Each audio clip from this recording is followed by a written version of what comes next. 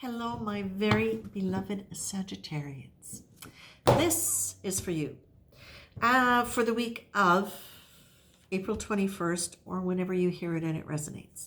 So for the group of Sagittarians I'm reading for, this is what I'm getting. As I look at you being a tree, it's literally like you're looking down trying to figure out, okay, where's the sap running? Which direction is it going in? Do I need to focus on this channel or that? As I'm saying this, I'm getting a spirit like, whoa, here at my ear. Okay, this is really important, Sagittarian, that you understand that you are a tree and you have roots. You have deep roots and you have bark, which is solid, and you have many rings in your tree, which says to me you have many years of experience and very likely for many of you, many lifetimes of experience. And it seems as though you have forgotten the fact that you are a container of life. You have this sap, this energy running through you that cannot be denied. It is there, and it is your over focus on trying to figure everything out about your roots. Where are they? What are they connected to? Where should they be? How are you getting nourished? That you have lost sight of the fact that you are actually a very alive and very fertile tree. And when I say fertile, it means you have everything that you need to grow beautiful leaves and fruit or flowers, because you get to choose. Fruit, flowers, leaves, but you get to choose. And it's only by not looking up and being so focused on what went on before, what's down there, what are your roots, that you lose sight of the fact that you can just open up.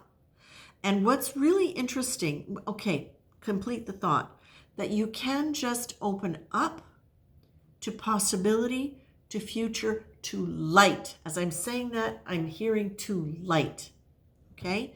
And that as you look up and you open, you let your tree open to light from above, that everything else falls into place, okay? Because it feels to you like there have been things that have gotten tangled on the inside. The first card that I get for you is pleasure.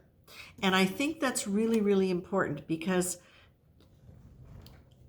you can work very hard and you can work in a way where it's almost as though the idea of struggle was somehow honorable, and working hard was honorable. And it was working hard. You could enjoy the working hard because it represented something that was valued by people who were judging you. But now what you're being asked to do is to realize that it's not about looking at your roots. It's not about looking at where you came from. It's about owning the center of you and looking at the light and letting the light be the thing that guides you, because that comes with joy. That comes with something way beyond pleasure. But the nature of pleasure is that when you are experiencing pleasure, you tend to be more kind, you tend to be more intuitive, you tend to be more creative. This is true of all humans, okay? And animals too. When we are treated well, when we are treated right, when we feel well, when we feel right, we tend to spread that around, okay? So it's not selfish. It's actually really quite altruistic, okay? Now, it's interesting because you also get the card Grace, which I think is very interesting, because listen to what Grace says. Grace has a smooth, easy, peaceful, and supportive quality. It flows naturally into us and through us. It's an experience, I like this, it's an experience of letting the benevolent universe take us through our movements and guide us with a loving hand. Notice the feeling quality of this description and return to it today every time you're about to think about anything, or at any point in the day when you find yourself feeling stressed and thinking too much. Grace is divine. It's there for everyone. It's freely given. You just need to open up to it, right? as I was saying, tree, look up, let the light align with the light. And then you get the prayerfully card, which is, again, exactly the same thing. Okay? So prayerfully, it doesn't have to be specifically invoking a divine presence, angels, guides, God. It can be just operating with a sense and an awareness of the fact that there is a sacred field that is permeating everything and everyone. That there is sacredness in everything and everywhere. There is a unified field of consciousness. There is healing. There is growth. There is benevolence. There is an existence beyond everybody's personality, beyond everybody's wounds, beyond everything that is bigger and more magnificent than anything we could imagine. So you can do it all. You can pray. You can just be aware of that. You can do it all. The thing is, this is important for you right now, for your tree, okay?